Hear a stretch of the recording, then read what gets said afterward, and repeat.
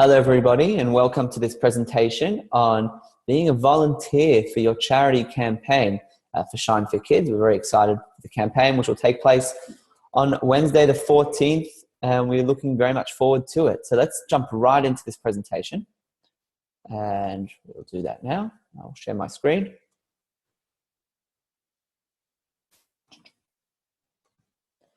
All right, so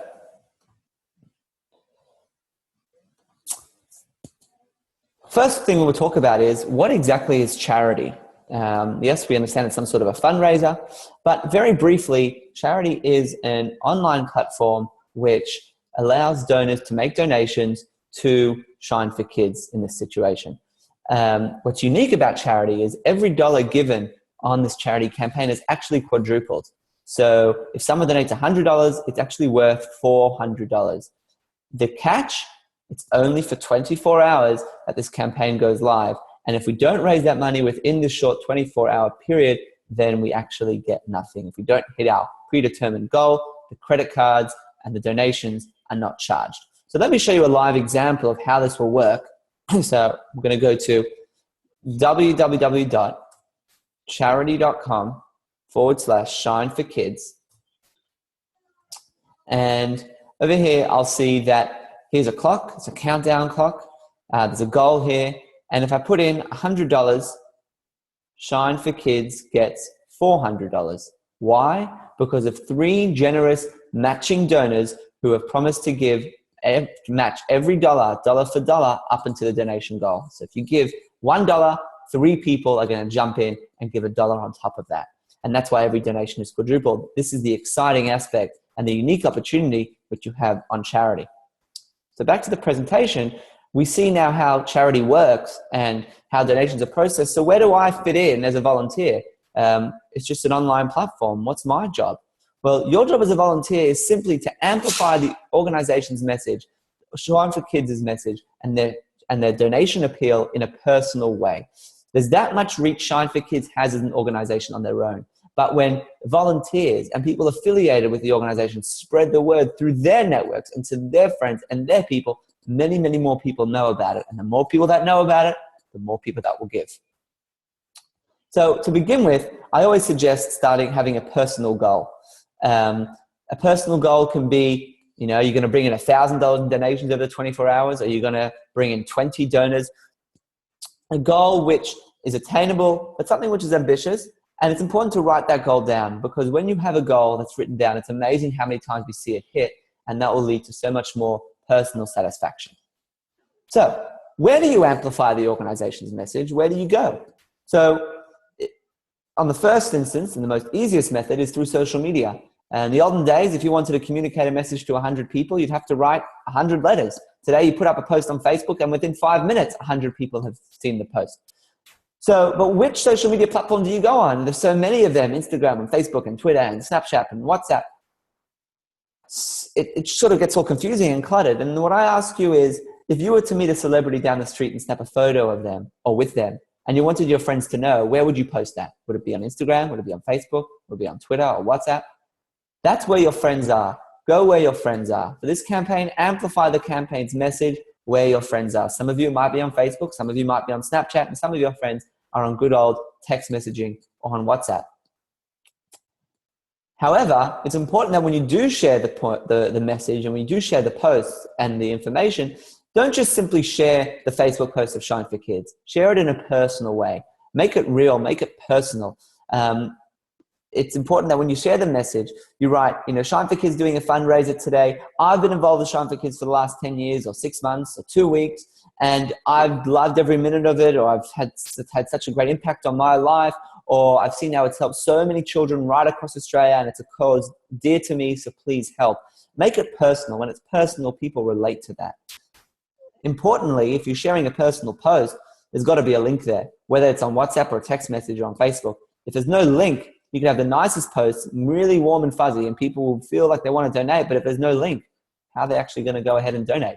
So the link, www.charidy.com/shine4kids, should be included on every single piece of content which you're putting out about the campaign. Also important to mention how every donation is quadrupled. It's a unique opportunity to get serious value for money. You're going to give $25 or $50 to Shine for Kids, it's going to be worth $200. It's only for 24 hours. So this unique opportunity only lasts for the 24 hours from Wednesday at 12 o'clock till Thursday at 12 o'clock. And it's all or nothing. If we don't hit that predetermined goal by the deadline, we get nothing. And constantly people like to be updated. So if you update throughout the day, we're 25% of the way there, or 50% of the way there, 75% of the way there. People like to see those stats and that information coming through. But more importantly than social media, actually, is the good old-fashioned phone calls. It's been by far the most effective medium that we have seen. There are thousands of campaign experience on Charidy. At the end of the day, I always use this example that if you're going to go onto Facebook and ask, does anybody have a car I can borrow? You know that 10 friends have a car that they could lend you, but none of them will respond. However, if you called these 10 people individually, you'd probably get 8 yeses. Because the issue with social media, while it's great at spreading awareness and spreading the cause and spreading the fact that you're doing a campaign, it's not personal and as direct as a good old telephone call is. And the other thing with a telephone call, it's really the only scientific measurement when we work out how much an ambitious but attainable goal is to raise in the day. We can't rely on the fact that people will donate by email or by Facebook. That's a guessing game. But we do know with clear data what we can achieve by way of phone calls, how many phone calls we can get through during the 24 hours, which is dependent on how many numbers we have and how many volunteers there are. And that will help us determining a goal. So that's very important that we have those phone calls. And the success of the campaign really depends on these phone calls. The question is, well, who do you call? Well, put yourself in the person who's being called's shoes. When you get a call from a friend or a relative and asking you to donate, you're much more likely to do so than if you got a call from a stranger. So yes, it's by far more powerful to call people you know. So simply on the day of the campaign, when you come in to make some calls, take out your own phone, go through your own contact list and start calling friends and family. However, some people, and we understand this, are uncomfortable calling people they know for money. And for that reason, Shine for Kids will have a stack of contacts for you to go through and call. All of these contacts are people that are affiliated in some way with Shine for Kids. And you don't have to explain to them when you're on the phone what Shine for Kids is. They would have been aware of the organization, probably aware of the campaign. It's just about now locking them down. You've seen the email, you've seen the Facebook post, you've seen the messaging, locking them down now for an actual donation. So what do you say on the phone? Well, you'll follow a basic call script, which will be prepared for you. And you'll follow the 3 key points are mentioned. You know, the fact that the campaign is only for 24 hours, you're going to get 4 times your money. So if someone says, I'm going to give $50, wow, that's great. That's worth $200. And it's the fact that it's all or nothing. If we don't reach our goal by the end of the 24 hours, all the credit cards are not charged. So effective callers make a phone call in a personal way. It shouldn't be, you know, I'm calling from Shine for Kids today. Can we have, are you able to donate? Explain why you're calling. Why are you supporting Shine for Kids? You know, Shine for Kids is something which I've been a part of for X number of years, X number of months, and I've seen the impact it's had on children across the country, the impact it's had on me, and I feel so fulfilled, and it's such an amazing cause, and we're helping build such bright futures. Use as much, as personal as the phone call can be, the better. Also, very importantly, use the word we a lot. Don't use the word them or they. So we're raising money, we need your help. It's about us, it's about a community, as opposed to them. The Shine for Kids, they are raising money, they need your help, help them, because that's a separation between you and the organization. So the way the calling system works is, as I briefly mentioned earlier, each contact to be called is actually given their own piece of paper, which has their name and their number and a field for you to enter in their credit card details. So when you give the person a call, and they say, yeah, I'm willing to donate $50 or $100, say, great, that's $200, or that equals $400 because it's been quadrupled. And ask them to take their credit card details. You'll need their name on their card, their credit card number, their expiry date, and the CVV, and an email if they'd like a receipt. Now, some people may be hesitant to give their credit card details over the phone. For those people, you could SMS them or email them a link directly to the site, www.charidy.com/Shine4Kids, and they'll be able to make their donation directly online. And don't leave messages. If you're ringing someone and they don't answer the phone call, leaving a message is a waste of time because most people don't call back to make a donation. So just circle on the paper which you're going to be given with their name. There'll be a little field for you to circle where it says no answer. You'll circle that and you'll put that in the no answer pile.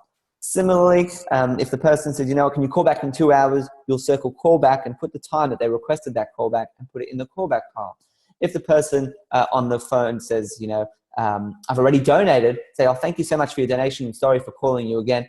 And again, you circle already donated and put in the already donated pile, etc. If someone says no, again, you circle no and put it in that pile. You'll see it's all very effective and efficient come the day. And finally, it's about having fun. If you've never experienced a charity campaign before, you'd be surprised at the amount of fun that takes place during the campaign. It's exciting, it's exhilarating. You'll see the donors as they come in live on a big screen, the total tracking and moving, progressing along. You'll be there with other volunteers making the calls with you. It's not your typical telethon or call center. It's going to be some food, there's going to be excitement. And you may not understand what I'm talking about now, but trust me, it's going to be a tremendous experience and you'll actually have fun raising the money. So good luck, and I wish you all the best, and you will be successful with the help of you, the volunteers.